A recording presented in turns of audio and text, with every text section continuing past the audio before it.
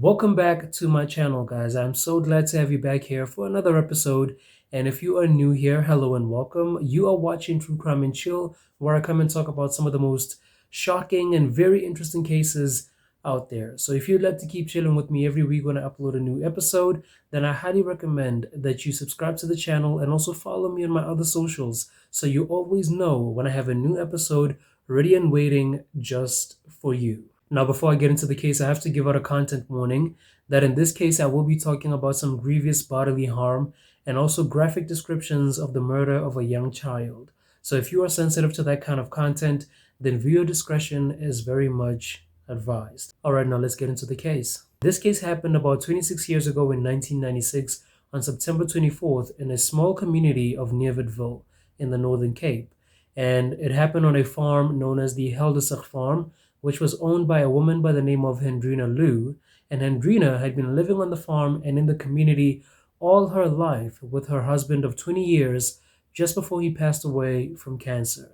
They both had kids together, and when the kids got old enough to move out of the house, Hendrina was left on the farm by herself. So after the kids moved out of the house, this is when Hendrina met a man by the name of Johann Viviers, and Johann was a police officer at that time, and they became friends first until they got closer and closer and ended up being in a relationship when they realized just how deeply they cared for each other.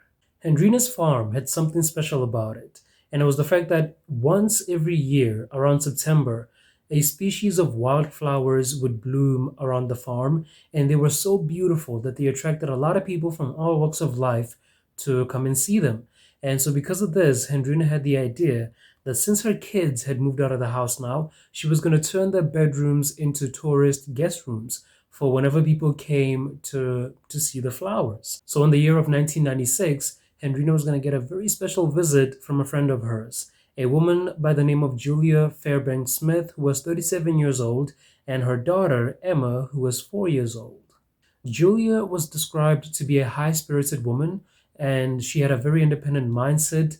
And like I said, she was a very good friend of Hendrina's. So they were going to spend a lot of time together in September because she arrived there around the middle of the month and she was going to leave almost at the end of the month. So they were going to spend quite a lot of time together because she also wanted to celebrate Heritage Day with her on the 24th of September. So she ended up arriving at the Heldersek farm in the middle of September. But then fast forward to the 24th of September in 1996, Julia and Emma went out that morning for a drive. It was Heritage Day. They went out for a drive to go see the community and go see the town. And Johann had to go pick up some farm workers in town so they can do some work on the farm. Hendrina, on the other hand, had something to do as well. She also had to make everything ready, get everything ready for the Heritage Day celebrations. So everyone had their own little thing to do on that day. When it started raining after lunchtime, Johann decided that it wouldn't be a good idea to keep working. So he decided to give the farm workers the rest of the day off. So he took them back to town, he gave them a ride back to town, and when he dropped them off at the local liquor shop, he saw a strange looking brown BMW parked at a hotel with 3 men standing next to it. And they gave him a bit of a weird vibe, and his detective instincts were kind of going off about them. But he decided to ignore the feeling, and he didn't want to seem like he was being paranoid or anything like that. So he decided to just ignore the feeling and go on about his day. So Johann got back at the farmhouse at around 5 p.m. And when he got back, that's when Julia and Emma also got back from their drive. So it was a bit of a long drive that they went out on because they've been gone since the morning. And when they got back, everyone was getting ready for dinner. They were getting ready to celebrate Heritage Day together. And that's all that they had to do at that time. But even as they were getting ready for dinner, Johann still couldn't stop thinking about that brown BMW that he saw in town earlier that day. He just couldn't get that weird feeling he had about it out of his mind. So what actually is the story about this brown BMW that he couldn't stop thinking about? So it turns out that the car is being driven by a gang of very dangerous ex-convicts, 5 men who went by the names of David Reiters, who was the leader of the gang, Andre Solomons, Charles Adams, Johannes Brinkies, and a man by the name of Lastin Chavula. And the car they were driving, the brown BMW, belonged to a man that they were traveling with until at one point one of them decided to kill the guy. The man was named Willem Mungay, and he was killed by Andre Solomons after making some really bad jokes that were not so well received by Andre. So in a fit of rage, Andre decided to kill the guy by stabbing him 13 times until he was dead. Yeah, I know that took a bit of a dark turn really quickly, didn't it? But yeah, Andre Solomons killed Willem Mongay, and they decided to bury his body in a shallow grave, and they left him there and took his car. And it turns out that Andre Solomons was on a mission, and his mission was to prove himself and also impress their leader, David Reiters. So when Willem was making these bad jokes, Andre saw it as an opportunity to also make a good impression on David by stabbing the guy about 13 times just for making a bad joke. Now, when it comes to another one of their members, Leston Chavula, well, according to an explanation that he gave out himself, he said that he was kidnapped by the gang of men because he owed them money, and they gave him a deal. They made a deal with him, and the deal was that he should take him to the houses of the people that he knew so they can rob them, and this would be taken or considered as a way of him paying back his debt. So he claimed that he was a hostage during the whole thing, and that's where his involvement in this entire case lies. On September 23rd of 1996, the gang of men decided to go rob a particular house along the way, but fortunately the people who lived there were not around at that time, and no one got harmed in any way. But what was unfortunate was what's going to happen on the 24th of September, the next day. Because after robbing that house, they got a call from one of their contacts who lived near Nevertville, and the contact told them that there was a farm in that community where a woman had just recently lost her husband not so long ago. And apparently the husband had a safe that was full of guns, so they might want to go check that out. But the contact also told them that she wasn't alone, that she was there with another man and another woman as well as a child. So now you might have guessed that the contact was talking about the Heldersek farm where Hendrina, Johann, Emma, and Julia were staying. And whoever this contact is had just put a target on their backs for this gang. So now you know why Johann saw the gang of men in Nevertville that day on September 24th in 1996. But little did he know what those guys were actually there for. Maybe if he had known, he would have done something about it. But you and I both know now that they were there to rob the farm. So later on that day on the 24th, they were all having dinner celebrating Heritage Day together, and Emma told Julia, her mom, that she was feeling tired and she wasn't hungry anymore and she wanted to go to sleep. So Julia took Emma and she took her to sleep. She took her to her room so she can tuck her in and make sure that she sleeps well. And then she got back to the others so they can finish off their dinner. So as they were having their dinner, Johann decided to walk around the house to make sure that the doors and the windows were locked. But unfortunately, he forgot that the skylight window was unlocked, and that's how the gang of men ended up getting access into the house. Because around 9 p.m. that night, the men arrived in their brown BMW at the farmhouse, and they turned off the headlights so they don't raise any suspicion. They got out of the car and started looking for a way into the house. And that's when they found the skylight window that was unlocked, and they ended up using it to get into the house. The four other men had specific instructions from their leader, David Reiters, on what they had to do when they got inside the house.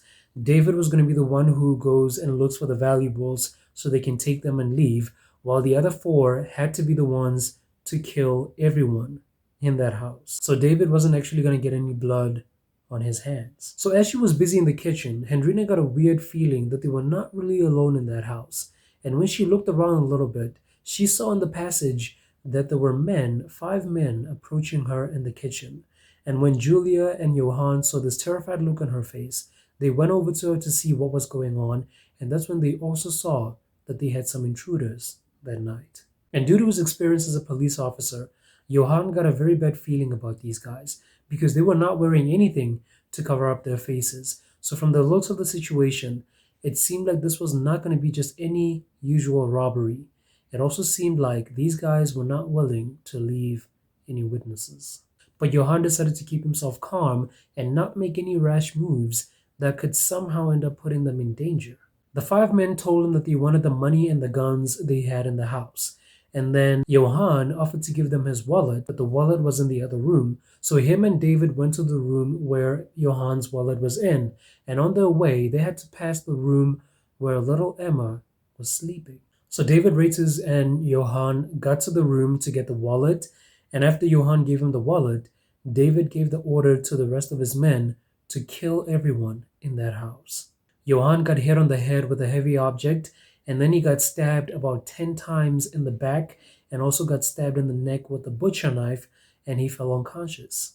Julia was dragged to the bathroom of the house where she was hit repeatedly on the head with a toilet jug, and she was stabbed about 20 times before she finally died. And even though she tried to fight off these guys, she really wasn't any match for them because they ended up succeeding in taking her life. And after killing Julia, they turned their attention to Hendrina and they stabbed her 27 times and then proceeded to slit her throat, killing her just like that as well. So now all the adults in the house had been viciously attacked, and that's when the 4-year-old girl Emma woke up to the noise, wanting to see her mother. And when she got out to see what was happening, David Rates gave Johannes Brankies the order to kill the girl. But Johannes just couldn't bring himself to killing the 4-year-old girl, so he refused to do it.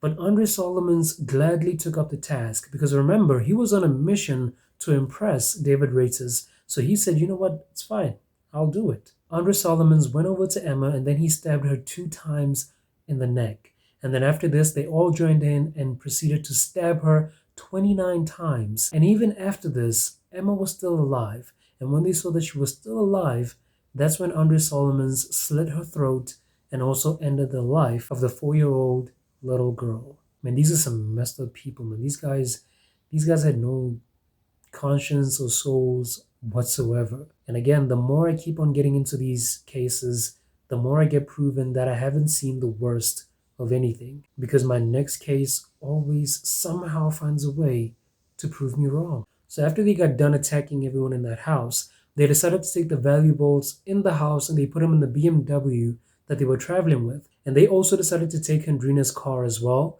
and they just left the place. But it turns out that not everyone in that house was actually dead, because Johann was still alive, and he woke up to see that they were all gone, and that's when he dragged himself. He tried to find the strength within himself to drag himself to his car so he can drive to the nearest police station. But because he had a knife that was still in his neck, he had to pull it out so he can find a way to drive himself to the police station, and that's exactly what he did. So when he got to the police station, he put his hand on the hooter until someone finally came out to see what was happening. And when a police officer did come out to see what was happening, he told him what had happened at the Heldersek farm before he fell unconscious again. The police officer then called an ambulance, and other police officers went over to the farm to see what was happening, along with another ambulance, so they can see if they can try to save anyone who was attacked in that house. But you and I both know that it was already too late at this point, because Julia, Emma, and Hendrina were already dead. Johann was rushed to the nearest hospital with the equipment that they needed to treat someone with the kind of wounds that he had. And when he got to the hospital started receiving some death threats from the gangs who knew that Johann was still alive. Somehow the news got out that Johann survived. And so when they got these threats for his life, they decided to put some policemen around his room to make sure that he was safe as he was making his way to recovery. So now the investigation of the crime started, and on the scene, a set of fingerprints were actually found. And these fingerprints belonged to Andre Solomons because they were on a photo of Hendrina's sons that he decided to pick up at one point to look at. And then another set of fingerprints were found on a cookie container, and they belonged to Johannes Brankies. And these were the cookies that Hendrina baked for Emma so that she can have them while she was at the farm. And that's how his fingerprints ended up on the cookie container. And then somewhere along the N7 road, the brown BMW was found abandoned. And then the police found out that the car belonged to a Willem Mungay. And they kind of thought that he was also one of the people they were looking for the crime. They had no idea that at that point, Willem was already dead, that he was killed by Andre just before they killed Emma, Julia, as well as Hendrina, and also tried to kill Johann. So for a while, Willem Mungay was thought to be one of the suspects that the police were looking for. After that, about a few days later, they found Hendrina's car that the gang of men stole, and inside the car they found some papers that belonged to Andre Solomons, and they also found a picture of his. It turns out that Andre Solomons was using the car as a taxi around wherever he went. So because of this, he left his papers, he left a picture of himself in the car, and so he was just very sloppy about it, and he made it easy for the cops to identify him. Another fortunate part about this case was that Johann was still able to give clear descriptions of the men that the police were looking for. And can we just appreciate the amount of strength that Johann had? Because this guy not only dragged himself to the police station with 10 stab wounds in his back and another stab wound in his neck, he was also able to help out so much in this investigation to make sure that the police were going after the right guys. So he's the hero of this story in my book, actually. Johann clearly described David Reiters and the various tattoos that he had on him so the police can know and get the right picture of the kind of guy they're looking for. And he also identified him as the leader of that gang. So 2 days after the murders, Leston Chabula was the first one to be arrested of the 5 men. And when he got arrested, he tried to put up a bit of a resistance when the police wanted to know what happened that day. But when they told him about the time that he was going to spend in prison if he didn't cooperate, he started singing like a bird and told them what happened that day. And he told them so much that he ended up telling them where they hid the weapons that they used to kill Emma, Julia, and Hendrina, and also attempt to murder Johann. So on that day, the pictures of Andre Solomons, Johannes Brenkies, Charles Adams, who was also another member of the gang, and Willem Mungay were released to the public. But for some reason, the picture of David Reiters wasn't released yet, even though Johann had also described him as a member of the gang, and as a matter of fact, he identified him as the leader of the gang, but for some reason his picture hadn't been released yet. And again, they released Willem Mungay's picture because they also thought he was part of the gang, and they still hadn't found out that Andre Solomon killed him, so they still thought he was a suspect in the case. Shortly after the week of Emma and Julia's memorial service, Andre Solomons, Charles Adams, and Johannes Brenkies were arrested when they were found in a drug house that they were hanging out in when they were getting high together. But their leader, David Reiters, was on the run, and he continued to be on the run for 2 whole weeks. And even while he was on the run, this guy killed another person, a 50-year-old man by the name of Welcome. I give up on humanity, guys. I tender my resignation. I give up. The guy was on the run for being part of a brutal murder. And now on top of that, he killed another person while he was on the run. I give up. But after he killed that man, he ended up being arrested shortly after. And then Andre Solomons confessed that he's the one who killed Willem Mungay. And he ended up taking the police to where they buried his decomposing body. The psychiatric evaluation of the 5 men took 2 years, and after this, 4 of them, except for Langston Chabula, were diagnosed as dangerous psychopaths. And in 1998, their trial took just a few months for them to be found guilty of all the charges that were laid against them. And in 1999, the judge of the case declared them as dangerous criminals who should not be allowed the normal process of parole as any other inmate.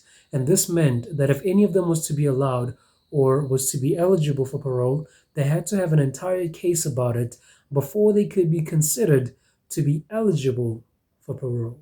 So David Reiters, Andre Solomons, Johannes Brenkies, as well as Charles Adams got 50 years in prison. They were ordered to spend 50 years in prison before they could qualify to be considered for parole. And Leston Chabula got 30 years before he could be considered to qualify for parole.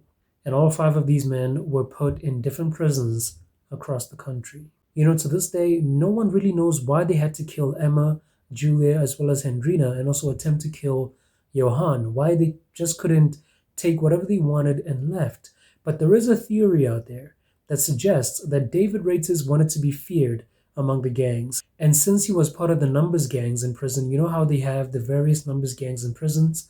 He was part of the 27's gang, and he wanted to go up the ranks of the gang and end up leading it at some point. So he thought that killing these people and getting the rep for killing these people would give him the status that he wanted to get so that he could someday rule or someday lead the gang.